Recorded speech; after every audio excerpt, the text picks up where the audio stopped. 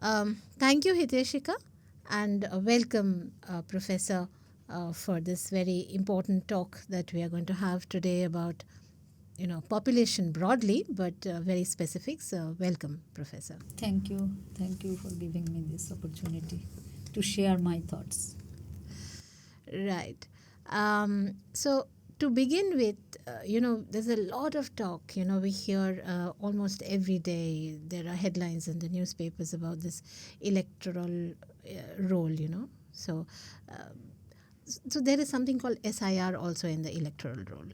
So, I would like to know from you that what is this SIR and why is it important to the electoral role, and more importantly, because we are talking today in the context of migration, so migration for maybe not the skilled, really not international, but very much our the labor or the unskilled workers of India. So in that context, Professor, if you can just tell us what is SIR? Uh, SIR, as it is coming, it is a special intensive revision of electoral roll, which is done by election commissioner. And the moment it was announced, many of the political leaders took it against the migrant, especially the laborer, not the skilled one. And that is because the migrant laborer are mostly migrant laborer are not showing a very well defined pattern of their stay. They shift locations very promptly, then their duration of migration varies from place to place depending upon the work they are taking. And it is also often had seen that not everyone can settle in the city. In this context, there are a large number of labor migrants who might have shifted from their place of origin permanently but maintaining to electoral voter identity card. At the same time, sometimes they may be maintaining their voter identity card in their place of origin, whereas they are permanently settled somewhere else. In both the cases, it is little bit confusing, as well as probably they will not be able to exercise their democratic right if they are still maintaining their electoral card at the place of origin, whereas they have shifted to another place. So double counting, missing, to remove all these things, the SIR has been taken, and it has implication on internal migrant laborer, but probably it will have a positive implication. So when was this done before? I mean, when was SIR? Is it a very regular performance, or is it been done right now? Historically, where do we see ourselves with? As it has been coming through the discussions that in 70s also it was done once with this, and in between we haven't seen that intensive revision across all the states. This is after a long time across all the states the SIR is. So what we know about migrant labor as such, that they used to go back to their respective states for casting their votes, whichever level, whether it's a panchayat election, whether it's a state election, and we see that their participation in panchayat elections or state elections is really really high in certain states like West Bengal and Bihar, where they really go back. So what is going to happen after the aside if they do? Suppose they are living in Mumbai, and they're living in, say, Bangalore. What would really happen to these laborers? So, if they are living in Mumbai or Bangalore and having their voter identity card in their place of origin, that will be maintained in the place of origin until and unless they have made a new one in that, and they are not permanently migrated out. It will remain with their place of origin. They again can go back. But if they have permanently shifted to somewhere else, but want to cast their vote in the panchayat election but may be missing, then they are actually not taking part in the democratic process at all, neither in the place of destination nor at their place of origin. So that's how they should have at least one place which they say they have a role to make the government. Mm-hmm. So, Professor, the entire process of enumeration for the SIR, would you like to tell us how the process is, and do you find that there can be a better way of, at least enumerating who are the people that have remained back, have not migrated for states such as Bihar and West Bengal? Is there what is being done right now? How do you determine SIR status, say? And in your perspective, what should be done? See, so far, whatever we are getting about SIR, it's very recently done, and it is through newspaper only, whatever we are getting. But the manpower deployment is good because they are taking the booth level worker from all political parties, so there should not be any dispute on that. And these list they are seeking much before they are starting the work, so that every party has their list of the selected persons whom they have taken. So it should not have been questioned if this has been this is the procedure if they are starting with.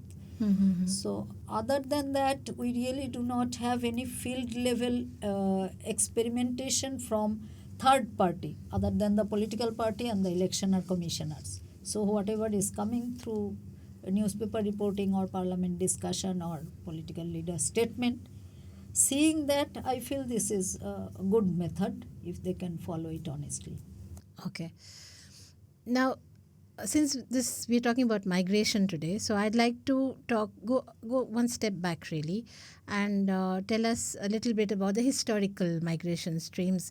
Then from so pre-colonial, colonial, and contemporary.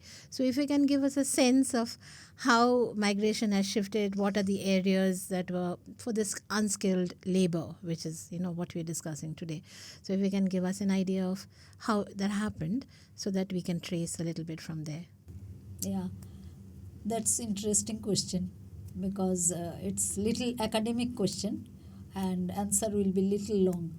Pre-colonial is if we look into India's development in pre-colonial era, we have multiple production centers across India, and local labor was absorbed locally.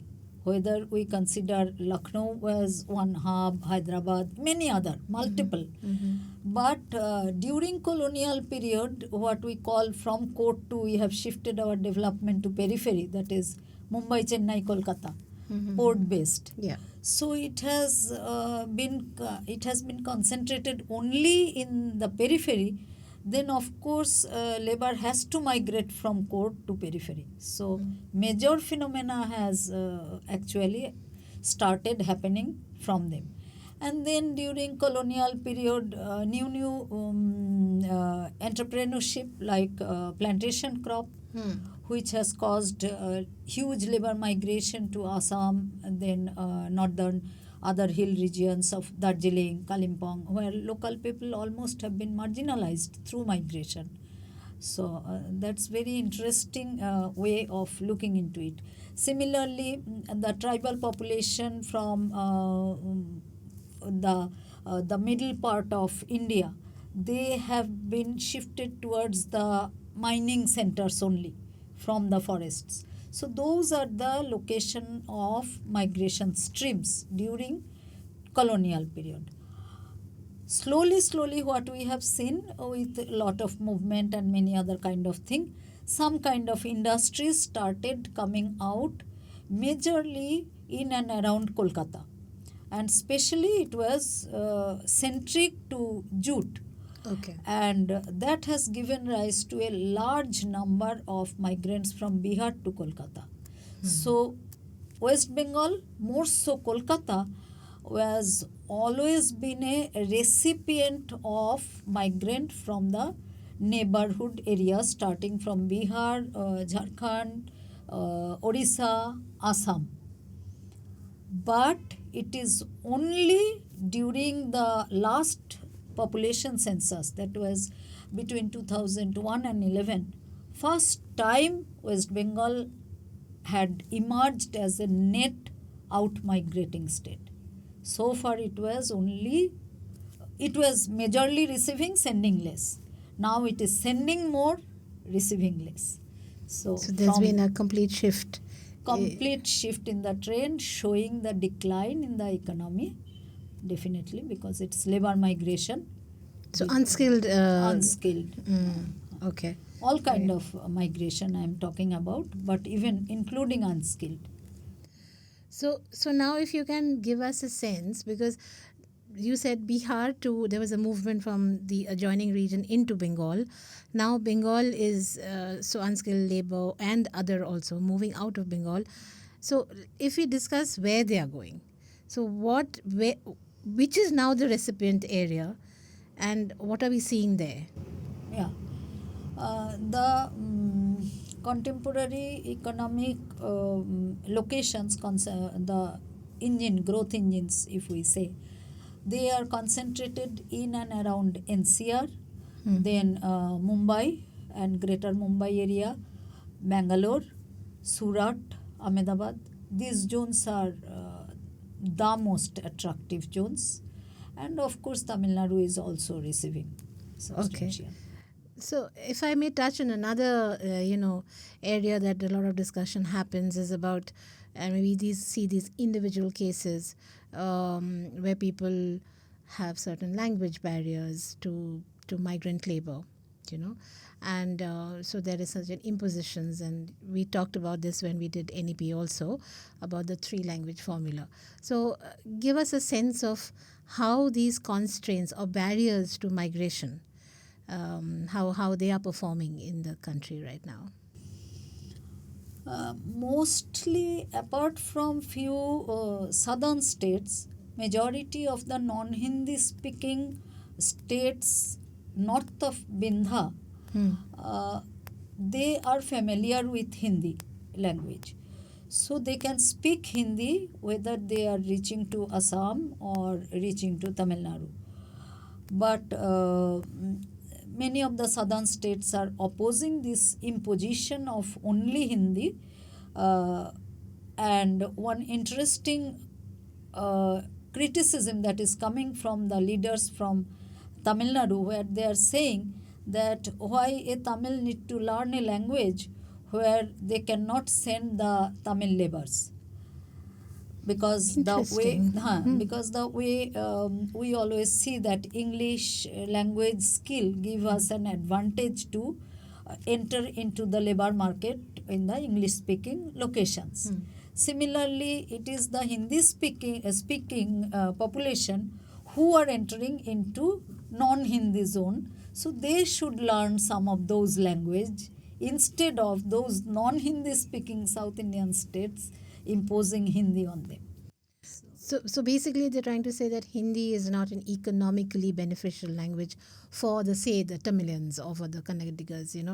So is that what they're trying to say, that for Telugu speaking people or the Kannadiga people or the Tamil people, learning Hindi is not economically beneficial? They are not exploring the labor market in the Hindi speaking zone. Ah. They are not. So they're not coming to UP to work, basically. Yes, So basically, you won't see Tamilian labor in UP. So therefore, there's no requirement. That's a very interesting idea. Yes. Yeah. So migration is cutting across many other things. Yeah. Right. So, let us just now discuss. We talked about migration, but give us an idea, because we also know that there was a lot of male-centric migration from Bihar. But I don't know what happens in Bengal really. Do they really travel with the family, or how does the skilled male Majorly male centric migration also in in Bengal? Bengal. So unskilled labor is labor. So it's only the men who go out. Majorly men. Okay. So what is happening with the women and fertility rates, and if you can just give us an idea about the north-south divide in terms of fertility, and the contemporary, Let ramifications me of that. first take about left behind, those who are, you were Yeah. saying, they are moving alone. Initial stage of labor migration, always they explore by reaching that labor market individually. And if that suits you, in most of the cases, you see the locations what I have told you, they are relatively, cost of living is relatively high. So it is not viable to shift with their families, the education of the children, the wives' work and other thing. And also, even though they are majorly landless laborer, they have an economic ecosystem in their villages where they used to extend their labor to other those who have land, or they have a non-viable agricultural land that also needs maintenance, so they do not shift with the family immediately. Even if they shift once they are pretty sure about the labor market where they have explored and where they can really sustain with their family, then only they will shift. Otherwise they will not, they mostly they go back.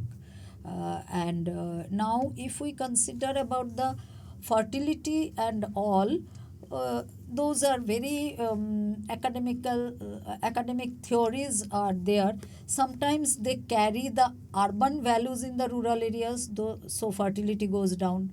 Sometimes they carry the rural values in urban areas, so fertility is high among the migrant in urban areas, in slum and other areas where the laborers are concentrated, fertility is high.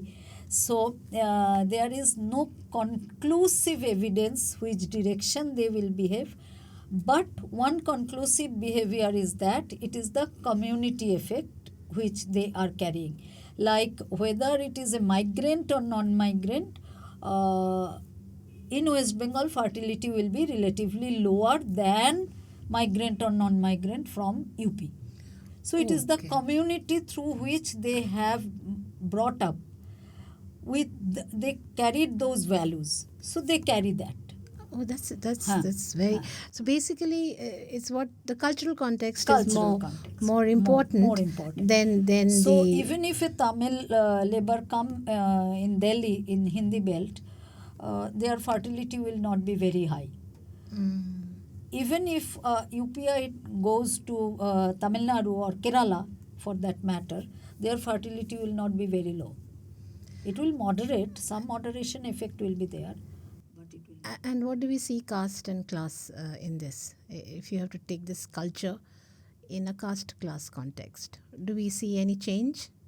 See, labor itself tells you about their class. Yeah. Class is already defined, and more or less their behavior is similar. But again, I say the cultural context is cutting across the Caste structures as caste well. structure as well. Caste Okay. structure as well. Even if you see the states like where we have very low fertility, it is across the caste group it is low, across the religious group it is low. The difference between religious group is also very less, Okay. whereas it is not so for the locations where it is high. There we still have a wide range of variation. Okay. That's quite a revelation, actually, Professor. Now, if you can, we didn't go to the north-south divide. So, what do we see in terms of fertility? We wanted to know that. Do we see a north-south divide in fertility? Yeah, there is not typically north-south divide, but hardcore Hindi belt still has little high fertility. Though Uttar Pradesh, Rajasthan is doing well, they are showing sign of decline, but it is still little high. South, of course, has reached replacement level, below replacement level long back. Even West Bengal has reached below replacement level, Punjab, many other states. So it is not typically north-south, but hardcore north and south, there is difference. And because of that, I am taking the case of Tamil Nadu again, where CM has given a call that while attending one marriage ceremony, he said, I am serious that you should produce more, otherwise you will lose even representation in parliament. So fertility, we performed well and we will be punished for that. That debate is also coming. So it's a clarion call for more children. It is a clarion call. Even Andhra CM has given that call that we should give birth to more number of children, and that's how it is going, because that is more pertinent, not related to, not much related to migration, but more pertinent related to delimitation of parliamentarian seat, because there is that threat is coming. The threat is Yeah. there. The move is there. Correct. Absolutely. So we have just time for just one more question maybe, and if you can give us if we can go back to where we started, and if you can tell us about things like work permits for migrant labor, certain state boundaries, like what we saw in COVID, for example. We saw migrant labor trying to come back and not getting any access to any help and assistance for them to come back home from their home state, I'm saying, and from the state that sends them back. And to realize that they have participated in the development of that particular city, whether it's Gurgaon, for example, or it's Noida, for example. It's the labor that's actually built those huge buildings, but not have a say. So, what is if you could give us an idea of how to better this, how to not fall into this. Labor is more visible. Their interpolitics around labor is very visible. So please give us an idea why there is so much politics around the labor. Are they because there are too many in number? Is it because they live in squatters, which is visible on the face of the city? What is it that makes it so difficult to address this unskilled labor problem? It's first and foremost, since I am an academician, definitely I will say first and foremost we need data. Though migrant laborer registration portal is there, it is not systematically followed. So we really, during COVID, we realized that the most, because we didn't have the idea how many are they actually. That is one thing. Second thing, every laborer still they carry that thing that one day they will have some money to create some productive asset and they will go back to their place of origin. So they are also not interested in the placemaking in the city, because they do not find themselves they belong to that city. They are from a different culture. That makes them further vulnerable. Further vulnerable.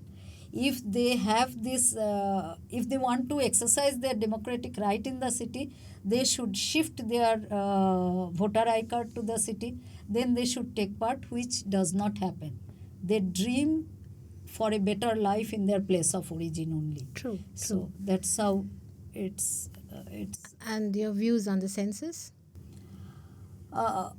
Definitely, census is the most needed part at this point of time, and once we get the census we will have better idea and about how migration has taken shape between this 2011 to 2025-26. We are expecting that. So do you feel that the fact that census has been delayed for whatever reasons has caused a certain data gap in the academic understanding of migration?